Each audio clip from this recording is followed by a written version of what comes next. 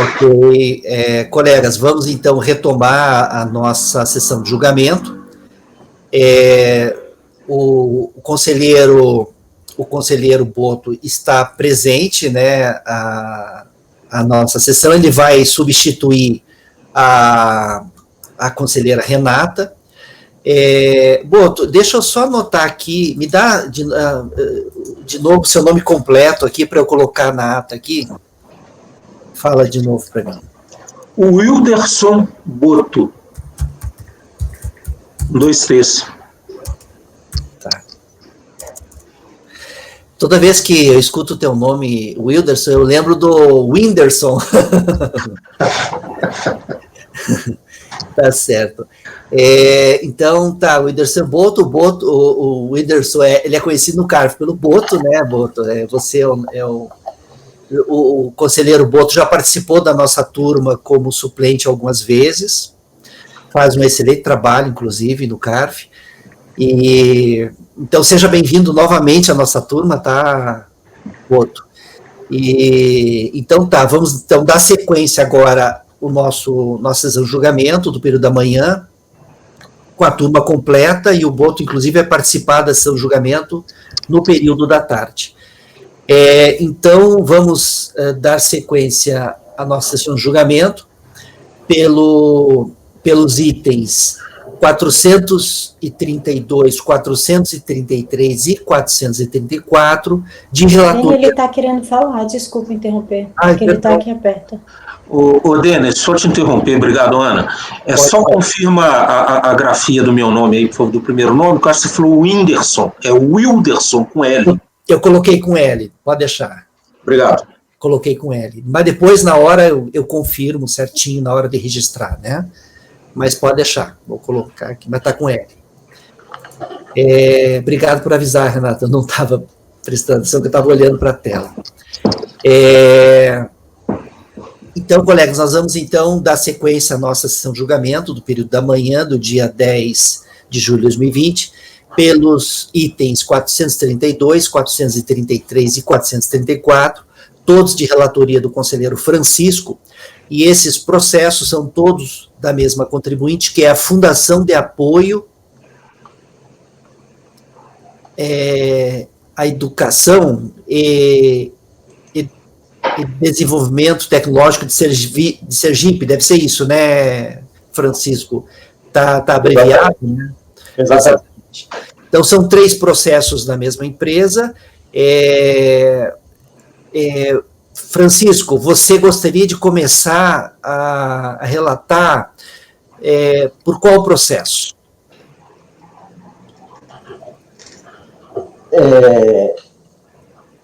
Segundo a ordem, você acha que porque normalmente tem um processo que é mais abrangente, esses 3 processos devem ser decorrentes da mesma fiscalização, né? Às vezes um processo é mais abrangente que os demais. Você gostaria de começar por algum dos processos ou seguimos a ordem? Como você prefere? Eu entendo que se começarmos pelo 434, o entendimento vai ficar facilitado. Porque é a mesma fiscalização e ele embora não sejam vinculantes, não tenha um reflexo direto de um no outro, mas os argumentos que o contribuinte traz, com os que estão no voto, com o entendimento do voto, fica essa análise, fica mais, a compreensão fica melhor se a gente começar pelo 434. Embora eu falo, como se fossem os 3 juntos, porque, inclusive, os argumentos do contribuinte são parecidos. Mas começamos pelo 434, e aí depois poderemos rodar para o 432, depois o 433, para seguir a ordem. Perfeito, então. Colegas, então, vamos iniciar, então, pelo processo de número 434, da Fundação de Apoio ao Desenvolvimento, à Educação e Desenvolvimento Tecnológico de Sergipe, relatoria do conselheiro Francisco. Francisco, então, pode passar a leitura do relatório e depois a leitura do voto, não teremos sustentação oral, e, se for possível, fazer um resumo, tanto do relatório quanto do voto, desde já agradecemos. Pode começar, então.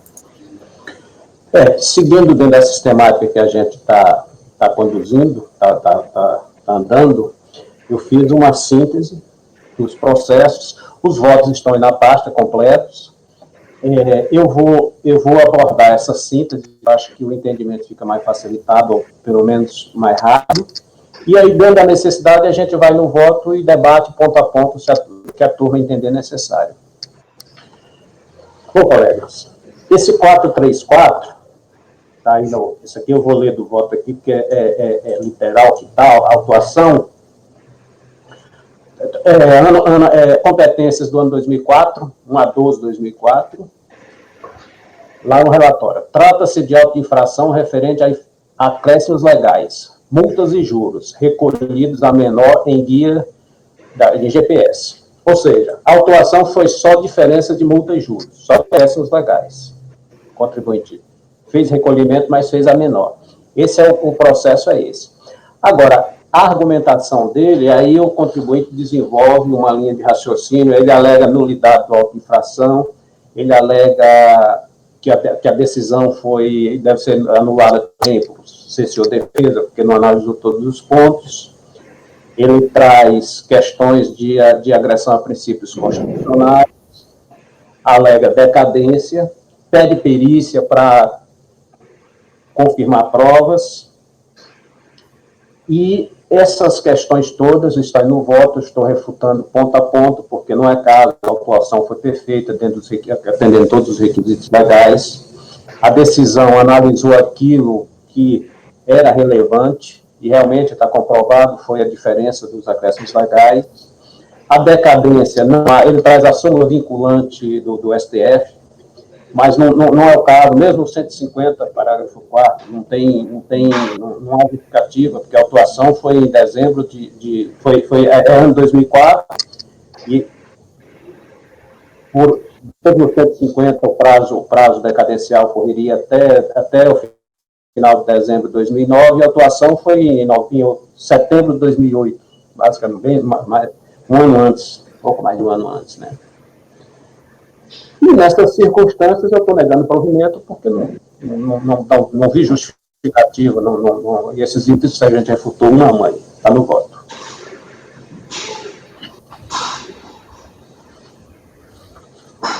Ele alega também aqui no voto que não é, que ele é uma fundação, onde eu fundamento, eu vou alegar na verdade, onde ele fundamenta as ilegalidades, as agressões, que ele é essa fundação, que não deveria ser tributada, porque ele faz um intercâmbio ali entre os professores, essas questões todas.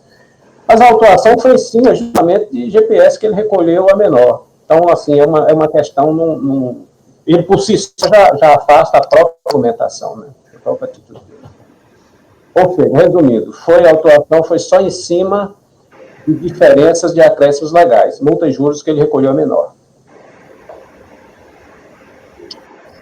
Esse é o resumo do relatório, e aí, se os senhores entenderem que a gente, e Ana entenderem que a gente precisa pontuar algum argumento específico da minuta de voto, a gente pode fazer isso.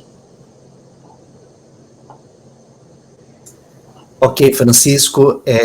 Colegas, o relator, então, em relação ao item 434 da pauta, está encaminhando por negar provimento ao recurso voluntário. Alguém gostaria de fazer algum comentário em relação a esse processo? Alguém diverge do voto do relator?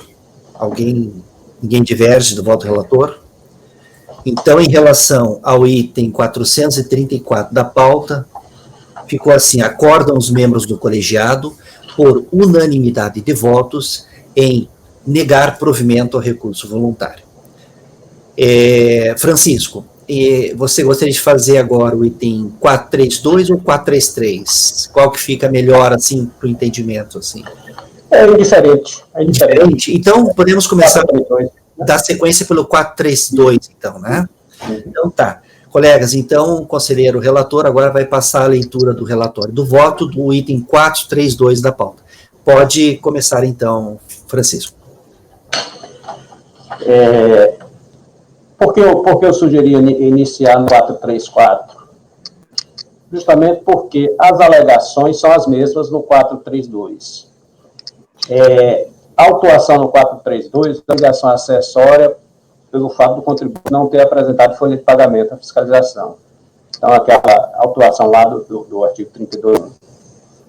Então, aí ele traz as mesmas argumentações que ele trouxe no 434, de nulidade, de decadência, trata de princípios de agressão a princípios constitucionais, com aqueles mesmos fundamentos que ele trouxe no 434, que nós refutamos, e igual lá no voto, da mesma forma aqui, está refutado, e por isso eu pego o provimento. A autuação foi só folha de pagamento.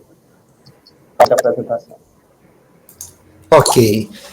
Colegas, em relação ao item 432 da pauta, o conselheiro relator está encaminhando por negar provimento ao recurso voluntário. Alguém gostaria de fazer algum comentário em relação ao processo? Alguém diverge do voto do relator? Ninguém diverge? Então, em relação ao item 432 da pauta, ficou assim: acordam os membros do colegiado, por unanimidade de votos, em negar provimento ao recurso voluntário. Vamos agora passar ao item 433 da pauta, do mesmo contribuinte e também de relatoria do conselheiro Francisco. Francisco, então, pode fazer a leitura do relatório do voto e, se possível, fazer um resumo. Pode começar. Esse 433, igualmente foi no 432 e no 434, a argumentação que ele trouxe foi a mesma. O fundamento da autuação desse 433 foi a falta de apresentação de dados cadastrais, financeiros, contábeis, ou aquela infração por descumprimento de obrigação acessual lá do 32.3, da lei, da 8.212, e como a alegação de decadência, porque o recurso foi o mesmo. Então, igualmente foi refutado no 432, a gente refuta, está no voto aí fundamentado, que não justifica esses argumentos, o contribuinte não aprovou, por isso negamos provimento também. Ok, Francisco.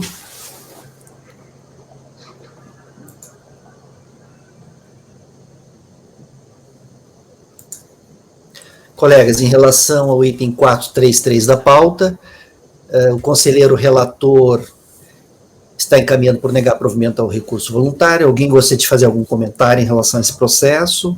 Ninguém gostaria de fazer comentários? Alguém diverge do relator? Ninguém diverge do relator. Então, em relação ao item 433 da pauta, restará assim consignado na ata. Acordam os membros do colegiado, por unanimidade de votos, em negar provimento ao recurso voluntário. Tá? Foram os itens 432, 433 e 434 da pauta. Agora vamos passar ao item 435 da pauta, de minha relatoria.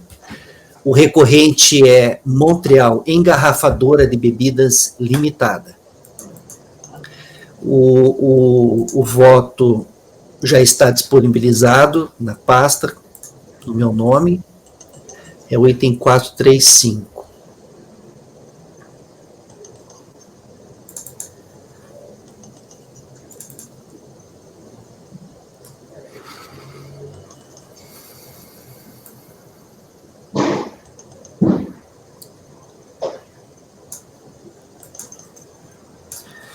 Só antes de começar a leitura, só um instante, colegas.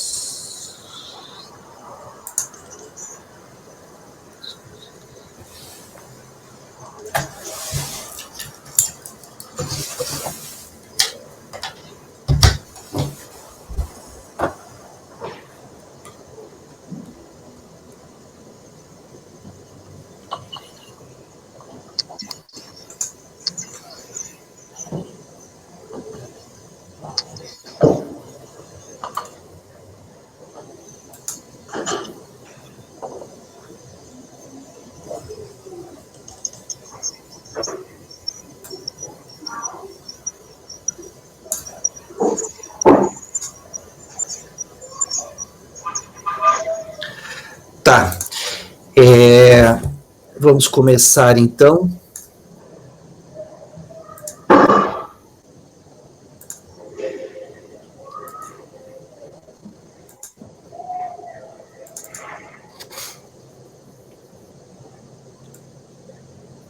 Colegas, esse aqui é um daqueles casos, então nós vamos então passar ao item 435 da pauta. O contribuinte é Montreal Engarrafadora de Bebidas Limitada e é um processo de minha relatoria. Esse é um daqueles casos em que o procedimento fiscal é um procedimento fiscal previdenciário, a empresa não apresentou documentos digitais no formato exigido pela autoridade previdenciária, fiscal previdenciária, e a fiscalização lavrou um auto de infração por não apresentação dos arquivos digitais no formato.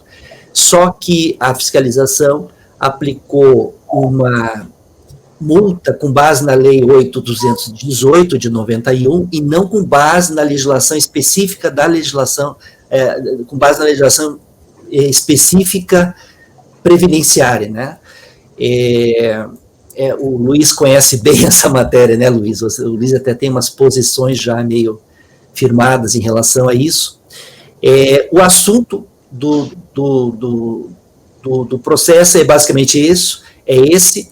A multa lavrada pela fiscalização foi por conta dessa apresentação da contabilidade dos arquivos digitais no formato não em desacordo com os formatos previstos, exigidos pela autoridade fazendária. O contribuinte entrou com impugnação, a DRJ julgou improcedente a impugnação,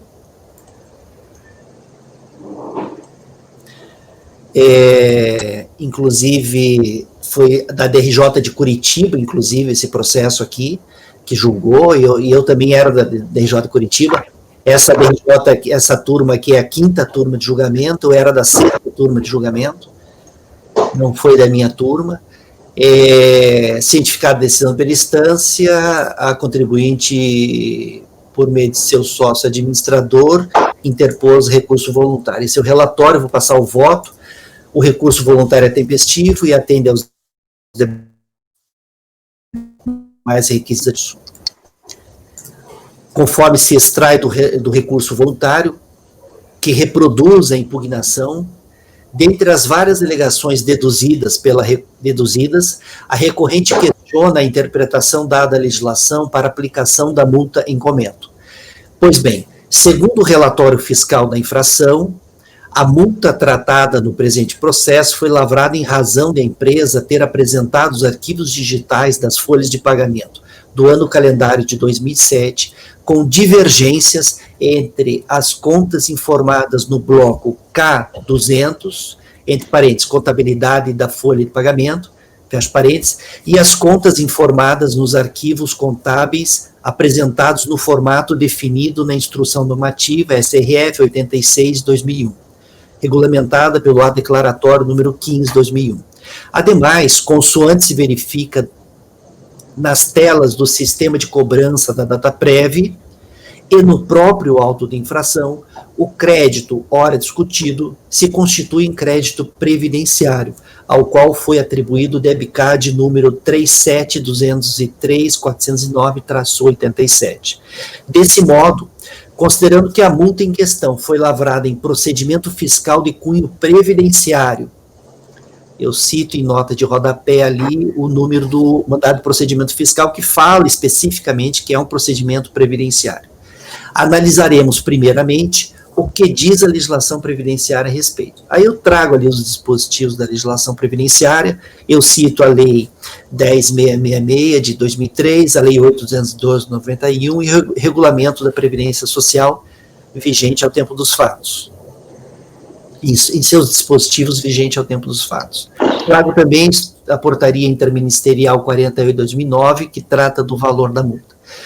Da exegese dos dispositivos acima, tem-se que a legislação previdenciária é clara ao estabelecer, ao tempo da infração, a multa de R$ 13.291,66 pela não apresentação de documentos relacionados às contribuições previdenciárias em acordo com as formalidades legais exigidas. Todavia, a fiscalização aplicou a multa prevista no artigo 12, inciso 3 da Lei 8.218, por descumprimento do artigo 11, parágrafos 3º e 4º do mesmo diploma legal, que assim dispõe sua redação vigente ao tempo dos fatos.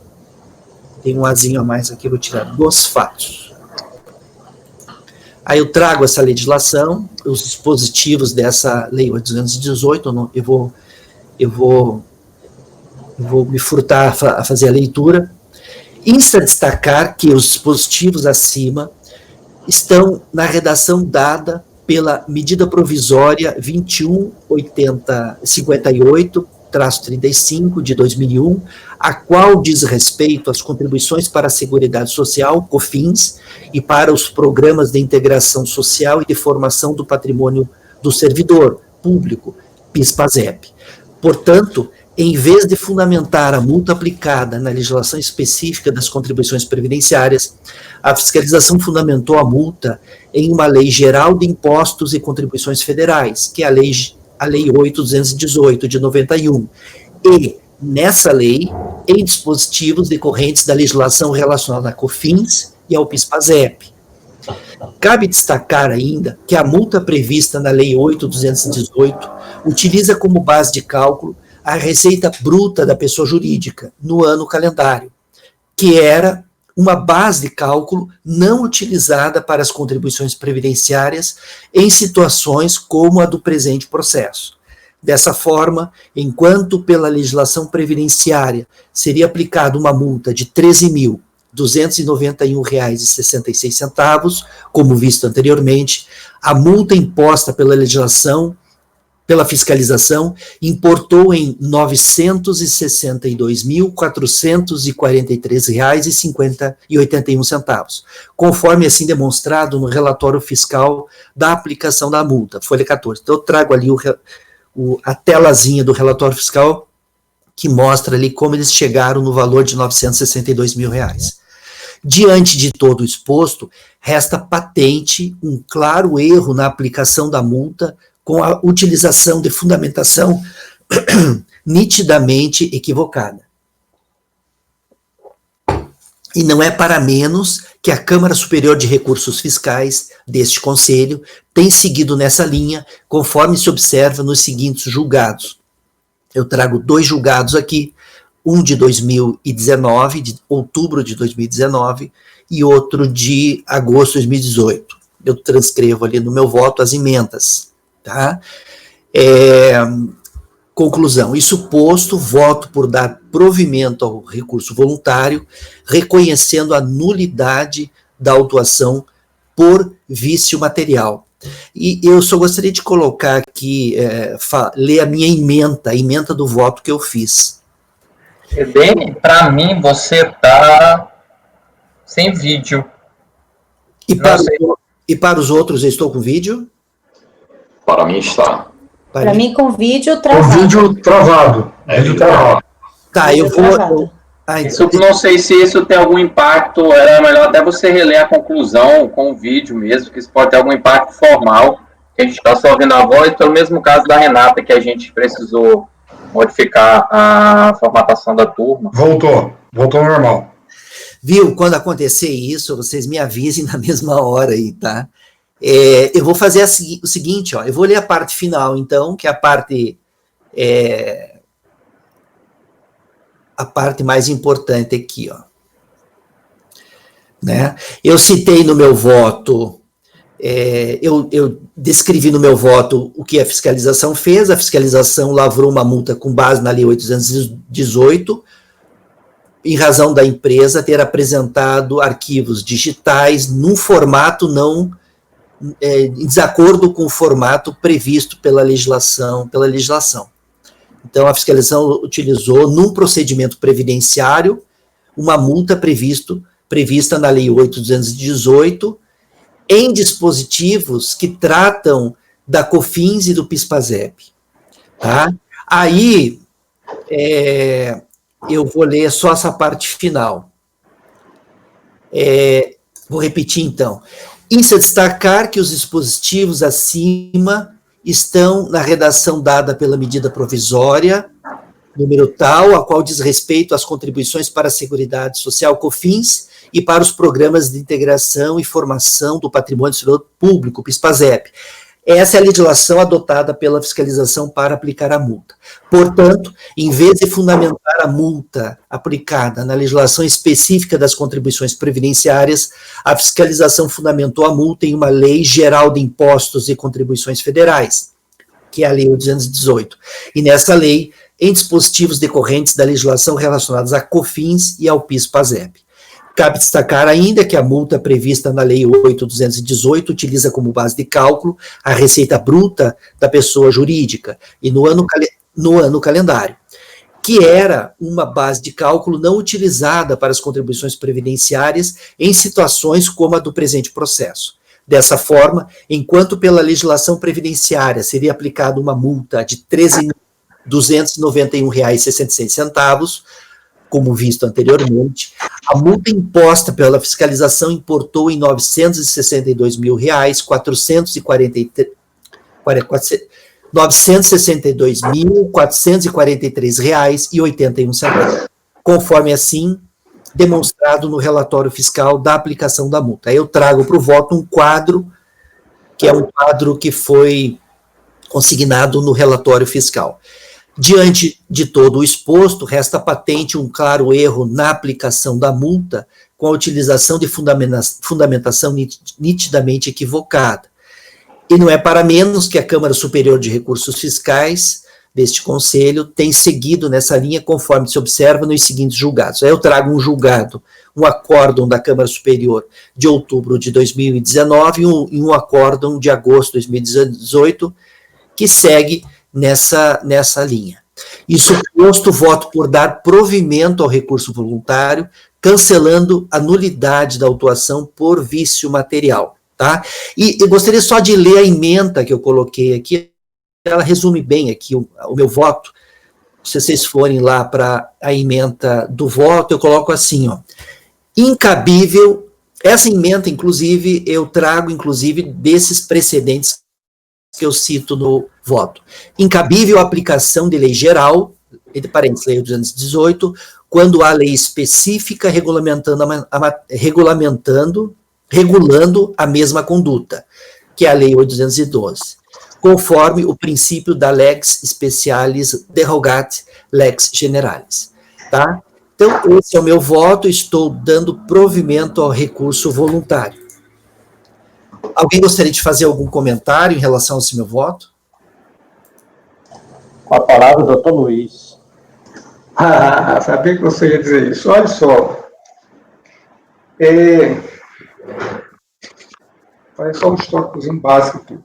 Essa lei 8218, ela foi revogada, ela foi banado, os arquivos históricos banados, só um breve histórico. Ela foi incorporada no E-Social, e posteriormente foi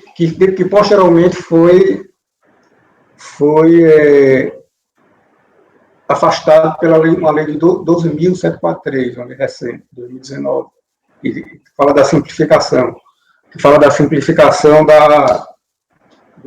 dos arquivos, da escrituração que o contribuinte deve trazer a receita. É uma lei bem interessante, aquela lei da liberdade econômica. Ela ainda não, eu não sei ainda se ela está disciplinada a receita, porque existia o E-Social, ela tinha evoluído bastante. O E-Social, ele abrangia os arquivos MANAD, abrangia a GFIP, a DIF, todas as informações que tivessem respeito a obrigações trabalhistas e previdenciárias. Todavia, a Lei 8218, ela continua rígida, apesar dela desses arquivos de parte ter feito o E-Social e depois o E-Social foi inclusive afastado, ela continua viva. Eu não sei como é que se dá esse direito intertemporal aí, mas ela existe. Com relação a isso aí, o Denis já conhece bem a minha posição, acho que os demais colegas aqui já conhecem, mas os que já participaram das discussões. E esse é um tema assim, que eu entendo diametralmente oposto ao que o Denis expôs. Tá? Eu entendo que essa Lei 8218, ela, que trata desses arquivos manados, ela disciplina as penalidades, lá no artigo 12, são 3 penalidades relativa aos arquivos digitais. Ela está lá no artigo 2. As multas são por não atender aos requisitos a escrituração que não atende aos requisitos dos arquivos emanados, aquele por omissão ou informação incorreta, que é o caso que o DEM trouxe agora, e um terceiro, que é a não apresentação dos arquivos digitais no tempo lá que o tempo pedido pela fiscalização. Exatamente corresponde ao CFL 21, 22 e 23. Tá? Tem ocorrido assim que há uma interpretação que eu, com todo respeito, eu entendo equivocada, no sentido que essa lei 82, essa lei seria uma lei geral, quando eu entendo exatamente o contrário, que é uma lei específica. Inclusive, esse entendimento é consolidado na primeira turma da Câmara Superior e na terceira, que não tratam de contribuições previdenciárias, mas, ao mesmo tempo, tratam de tributos pelos quais necessariamente não está vinculado à receita bruta, tá? Como o IPI, como o imposto de importação, como o IOF, como... Só tem esses três, qual mais, Luiz? Bom, eu me lembro desses três, assim, no primeiro momento. Então, o desenvolvimento que eu desenvolvi, que respalda esse meu entendimento, que não é um entendimento isolado, assim, não é maioria na sessão, diria na normalização, é de que essa lei de 18 ao Tratado dos Arquivos Digitais, ela não tem vinculação com nenhuma base de cálculo, tá? Ela não tem vinculação com base de cálculo do tributo, ela não tem crítica do tributo em relação ao conteúdo, ela só trabalha com uma condição, é que as informações que foram prestadas ali se prestem ao modelo dos arquivos. Se forem consistentes e coerentes com os campos do layout lá estabelecido na lei, eles são automaticamente enviados. Essa crítica quem vai fazer depois é numa análise da fiscalização. A crítica é uma intervenção humana para fazer essa crítica. Então, assim, esses arquivos digitais, na verdade, é como se fosse um invólucro. É como se fosse uma embalagem para que o fisco determinou lá os parâmetros para que seja enviado para a Receita. A embalagem não critica o conteúdo, você pode colocar o que quiser dentro do conteúdo, né? Dentro da embalagem. Então, ocorre o seguinte, essas condutas são tipificadas, elas são condutas absolutamente isentas, afastadas de qualquer tributo. Porque cria uma situação interessante, numa fiscalização que for feita, e vai os arquivos emanados, aí ali, aquelas informações ali, acho que os seus colegas já tiveram a oportunidade de ver o que é que tem dentro dos arquivos emanados, mas é uma gama, um universo de informações, trabalhista, previdenciário, fiscais, contábeis, patrimoniais, toda a vida da empresa está naqueles arquivos. Aí causa, assim, uma espécie de se fazer, destacando dentro desses ativos por tributo. Pronto. A contribuição previdenciária tem a lei da contribuição previdenciária, a gente não vai aplicar essa multa. Mas se naquele mesmo arquivo tiver uma informação errada de RPJ, a gente vai aplicar a multa do 8218. E se tiver uma informação relativa a um tributo de comércio exterior, do IPI, que tem uma base de cálculo totalmente distinta da receita bruta e da folha de pagamento, qual vai ser a base de cálculo que a gente vai usar, né? Um negócio complicado isso aí. Você querer, assim, se pretender associar o conceito da multa, a aplicação da multa, a base de cálculo, quando a própria lei, de uma maneira genérica, diz que a base de cálculo é receita bruta, acabou. Por quê? Porque se eu for entrar nesse pormenor, você vai ficar retalhando a lei de acordo com o tributo que você for avaliar. É exatamente esse exemplo que eu dei. Se vem um artigo mandado, o fiscal vai fazer ali as aferições e pode abrir vários procedimentos fiscais para apuração de RPJ, CSL, COPIS, COFINS, IPI, importação, IOF, toda aquela vida que está ali mostrada para ele. Aí, quando ele for aplicar, ele vai aplicar a multa por base de cálculo, por tributo, ele vai lá, no RPJ eu vou querer faturar receita bruta. Mas o IPI tem umas peculiaridades, as bases de cálculo que são bastante variáveis, por sinal, são várias. Quer dizer, não me parece razoável essa aplicação, sabe, esse entendimento. E o objetivo, eu também você percebe o seguinte, esse item, essa aplicação dessa multa aí, que o Breno se refere, ela que está lá na 8212, ela é uma lei, é uma aplicação residual, ela é genérica. Perceba que quando você aplica aí, me parece que você usou, qual foi o artigo que o fiscal identificou? Foi lá no decreto 3048. Ele vai ali para o 283, inciso 2, a linha B, que é exatamente deixar de prestar informações à Receita Federal cadastrais, financeiras, nos padrões que estabelece. Me parece que é esse dispositivo. Ele usa, amparado no artigo 92, que diz que quando houver penalidade expressamente, combinada expressamente nessa lei, se aplica essa multa genérica, que é uma multa que me parece que é uma multa que varia entre um parâmetro 1 e 100, é uma multa, inclusive, subjetiva, porque o fiscal que vai dizer se você vai aplicar o fator 1 ou o fator multiplicado por 100. Eu não sei qual critério que vão usar. E lá no caput do 283, ele diz claramente que essa multa ela é aplicada quando não há penalidade expressamente combinada para aquele tipo de ação. Ou seja, é muito claro que é uma multa residual, genérica. Ele não tem, então, como não tem penalidade lá na lei, 8218, tu joga aí um fator de 1 a 100. Você escolhe, por exemplo, de 600 a 100 mil. Aí tu escolhe aí. Bota o fiscal, fica ao albedrio do fiscal, subjetivamente. Enquanto que a lei 8218, nos três incisos do artigo 12, ele tipifica exatamente a conduta de forma clara. A situação não se prestar lá para os padrão, que não atender a requisitos para apresentação dos registros respectivos arquivos, a omissão e correção e não apresentação no prazo. Ele sempre se refere aos arquivos digitais. Tá?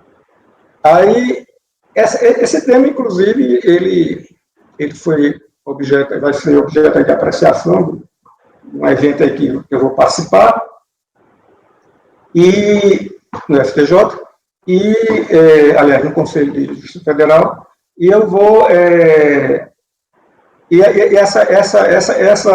essa discussão é uma discussão assim, afinal de contas, a Lei 82.2 é a lei específica ou não? No final das contas, é essa discussão.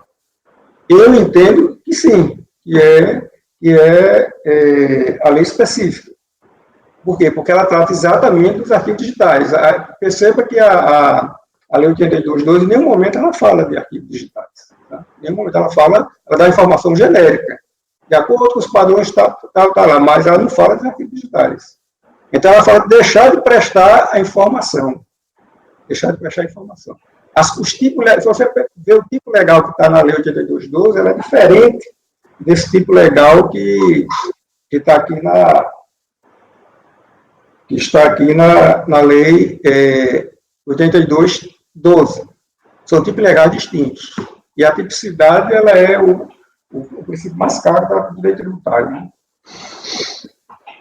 Então, eu vou, nesse contexto, apesar do voto do DEM, que é um voto bastante coerente com o que vem sendo decidido, eu vou divergir. Assim, já estou antecipando meu voto, eu vou divergir. Né? Tá. Ok. Luiz, só para saber, você não gostaria de fazer uma declaração de voto? Não, dentro das condições peculiares. Eu lhe falei que eu vou fazer uma cirurgia dia 14, eu vou ficar fora do combate um bocado de tempo, um mês, acho que um mês por aí. Aí vai ficar meio difícil eu fazer declaração de voto, vai atrasar o seu voto, não dá para fazer, sabe? Infelizmente não dá para fazer. Tá certo, então. Então tá. Colegas, alguém gostaria de fazer mais algum comentário? Não? Então, eu encaminhei, na condição de relator do processo, encaminhei por dar provimento ao recurso voluntário, dar provimento ao recurso voluntário. Fala, Francisco. Eu me perdi aqui no mouse aqui, não deu tempo.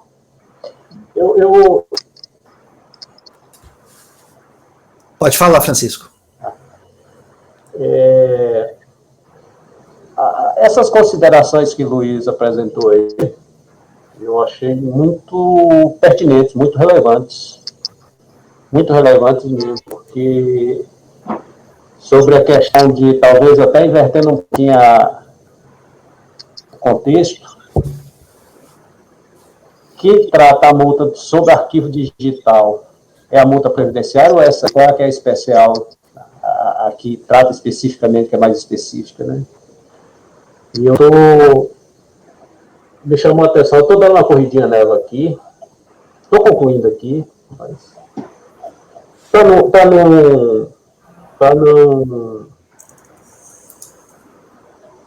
para a gente não atrasar,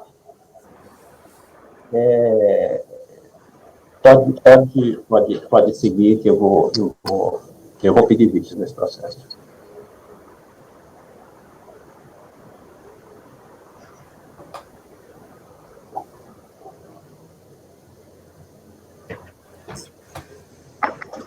Então não tem mais o que seguir, né, presidente? Se o primeiro votante já pediu vistas, eu acho que não precisa mais nem abrir a votação. Tá. Só um detalhe, a base legal utilizada pela fiscalização para aplicar a multa, essa multa que foi aplicada, a base legal são dispositivos que foram incluídos na Lei 8.218, por uma lei que trata de COFINS e do PIS/PASEP. Dá para dizer que é específico dessas matérias, né? Eu não consigo ver que essa multa é uma multa geral para todo e qualquer arquivo digital, de todas as áreas do direito, tributário e tudo mais, tá? Eu não vejo desse jeito. E a legislação previdenciária, ela é bem fechada, ela é bem clara, né? Ela prevê multas, infrações e já prevê multa. E outra, a legislação previdenciária não fala arquivo digital, mas fala documentos, né? Um documento pode ser e-mail digital, pode ser e-mail papel, né? Então, eu entendo que a legislação previdenciária, ela prevê, sim, uma multa por não apresentação de documentos no formato exigido pela legislação. Ela não precisaria dizer que tem que ser um documento digital, né? Documentos. Um arquivo digital também é um documento, né? E outra coisa, não é relevante para nós, porque não cabe a gente perquirir ou questionar ou contestar valor de multa previsto em lei, tá? Isso tudo bem. Mas me impressiona bastante, sabe, o fato de, pela legislação previdenciária, ser aplicável ao caso uma multa de R$13 mil, e por essa legislação aplicada pela fiscalização, ser aplicada uma multa de quase R$1 milhão, 962 mil, eu acho uma coisa assim, muito... Isso não cabe a mim questionar, é só assim, uma manifestação, não é que eu discordo disso, está previsto na legislação, é o valor que tem que ser aplicado com base na legislação, não estou questionando, eu só destaco que é um valor assim, bastante, dá uma diferença muito grande, né? Mas para mim, a legislação previdenciária, ela é específica ao caso, ela prevê multa, tá? O fato dela não falar arquivo digital, para mim, não. E a legislação que fala de arquivo digital é uma legislação direcionada a COFINS e ao PIS/PASEP. Não é uma lei que chegou assim, olha, a partir de agora, todo e qualquer arquivo digital entregue para a administração tributária federal deverá obedecer determinada norma, e se não for atendida essa norma, terá que ser aplicada uma multa. Não é uma lei geral de multa para todo e qualquer arquivo digital, entendeu? Veja, esse é o meu entendimento, tá? Eu sei que o Luiz pensa diferente, mas tranquilo, se o Francisco quiser vista o processo... Dene, eu não afasto e não estou refutando o seu entendimento. Eu só estou com dúvida agora em relação ao Luiz, porque eu estive olhando aqui, ela trata de imposto de renda também, trata de fonte, tem umas questões aqui, eu não olhei ela toda, não deu tempo. Porque, assim, os artigos são únicos, né? No momento que ela especifica, essa lei é uma penalidade por descumprimento de obrigação acessória, e assim, eu não estou confirmando, mas também não estou afastando que essas obrigações acessórias, elas não se tratam só de imposto de renda, de PIS e COFINS, porque a lei, embora a lei trate de imposto de renda, PIS e COFINS, a medida provisória, mas ela traz um comando sobre um bloco de informações, a forma e a punição pelo descumprimento. E ela não está excluindo nem se referindo, embora lá realmente ela trate desses 3 tributos, mas em relação a isso daí, ela só manifesta, e eu não estou dizendo que o fato disso não está excluindo outras coisas, ou que está excluindo, né? Mas eu achei interessante a puxada do Luiz aí do assunto, os argumentos, e aí eu vou precisar estudar um pouquinho para eu poder formar uma convicção melhor.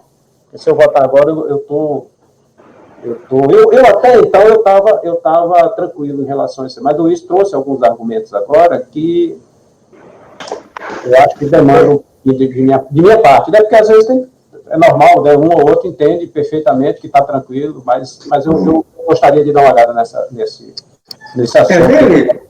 Presidente, há 2 questões de ordem. A primeira delas é que, se o Francisco já fez o pedido de vista do processo, então não há necessidade de continuar uma votação por ser o primeiro votante. A segunda questão de ordem é que, ao fazer isto, eu não sei como fica o voto antecipado do conselheiro Luiz, que já antecipou o seu voto em relação a essa matéria. E aí eu ainda tomo que a Janaíne... Márcio, está aparecendo para mim no vídeo aqui.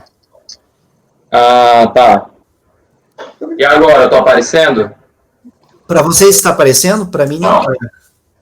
Peraí, só... Ô, Luiz, você vai participar da jornada de direito tributário do Conselho da Justiça Federal? Ana, se der, a gente conversa depois sobre isso, porque é um... Ah, entendi. Tá certo? Dene, e também uma outra questão de ordem. Como o Francisco já fez pedido de vistas, a Janaíne já está chamando a atenção há algum tempo pelo horário. Isso, então é interessante encerrar esse processo, a votação desse processo, por mais que esteja sendo debate, para encerrar a gravação do ponto-chave. Tá certo.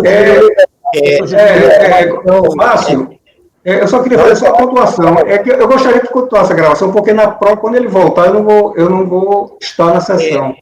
Luiz, aí eu queria encerrar aí um argumento aqui que o Dene trouxe, que eu acho que ele precisa de esclarecimento. Luiz, só um detalhe, Luiz. A Janaíne precisa encerrar a gravação. Você tem que ser bem rápido. Janaíne, você consegue esperar uns 2 minutinhos? Sim, porque não encerra e a gente grava na continuação. Tem mais algumas questões. Porque vai até 1 hora, né? São 12h10 apenas. Então vamos encerrar agora e a gente dá sequência na segunda gravação, pode ser? Na próxima gravação. Janaíne, pode encerrar.